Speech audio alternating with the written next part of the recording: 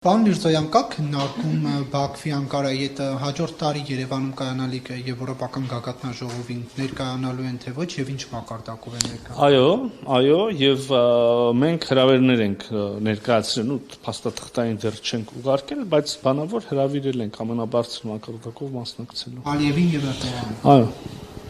Իսկ բանավոր քննարկումներ կան, ինչ տրամադրություններ են գալու։ Չի շարունակվում, այսինքն այս ամենը շատ թարմ է եւ դեռ առիթ չի եղել այս մասին դետալներ կամ ինչ քննարկելու են։ Բայց կարծում եք դա ինչպես կընկալվի հասարակության կողմից հաշվի առնելով։ Կարևոր հարց եք բարձրացնում եւ լեգիտիմ եւ օբյեկտիվ։ Ես կարծում եմ, որ ես այսօր ամբողջ օրը երկու հանձնաժողովներում այդ մասին հնարավորություն ունեցա խոսելու։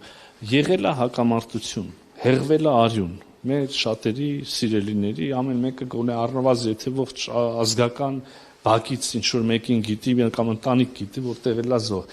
իրանց կողմից էլ է եղել զոհեր մենք մեր սերունդը կայացել է մեծացել է մի նարատիվի պայմաններում որտեղ այդ մարդիկ ընկալվել են թշնամի այսինքն ընկալվել է որ իրական թշնամություն է եղել մեր մեջ հիմա հաշտեցման գործընթացներ խաղաղություն հաստատվում է միշտ խաղաղություն չի հաստատվում բարեկամների միջև, ընկերների միջև, խաղաղություն հաստատվում է 3 կամ մինչև այդ վարկյանը թշնամանք ունեցող հասարակությունների միջև, չէ, հաշտեցումը հաստատվում է գժտվածների, թշնամություն ունեցողների միջև։ Մենք այստեղ բացառություն չենք եւ աշխարհի շատ պետություններ, շատ ժողովուրդներ այս ճանապարհով անցել են։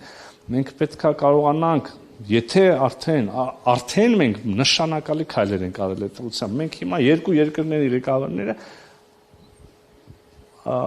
միանշանակ կերպով մի քանի առիթով ասում են խաղաղություն է հաստատված։ Իհարկե, քիչ առաջ խոսեցինք, բոլոր հարցերը լուծված չեն, շատ բան կա անելու եւ ամենակարևորը իհարկե հոգեբանական տրավմայի եւ փոխվստահության վերականգնման, ամրապնդման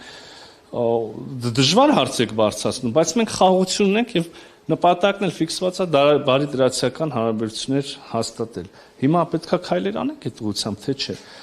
Ինչի ենք դժվար պատկերացնում նախագահ Էրդողանի այցը Երևան, երբ որ, չգիտեմ, արդեն եղել է վարչապետ Փաշինյանի այցը Անկարա, այն ժամանակ էլ էին դժվար պատկերացնում։ Այսօր չեք պատկերացնում։ Համաձայնեք, որ կարող է 1.5 ամիս հետո այլ իրավիճակ լինի։ Ես չեմ ասում, որ ամեն ինչ հարթ է, եւ իհարկե նույն կերպ շատ դժվար է պատկերացնել այսօր վարչապետ Փաշինյանի այցը Բաքու, չէ՞։ Շատ դժվար է, այսինքն ո՞նց կարելի է սա շղթել։ Բայց ժամանակ է ընթանալու եւ, չգիտեմ, մի ամիս, մի տարի, 10 տարի, չգիտենք բոլոր հարցերը եւ բաները ինչ տեմպով կհաղթարվեն, բայց մենք գնում ենք այդ ճանապարհով։ Մի օր, այսա եմ ես փորձում ասել, էլի, ոչ թե ասում եմ, որ հենց այսօր մենք պատրաստ ենք տեսնել նախագահ Ալիևին Երևանում եւ հակառակը վարչապետ Փաշինյանին Բաքվում, այլ ասում եմ մի օր այս իրավիճակը լինելու է։ Ինչ կարող ենք այսօր ասել, այնա որ մենք պետքա գնանք այդ ճանապարհով։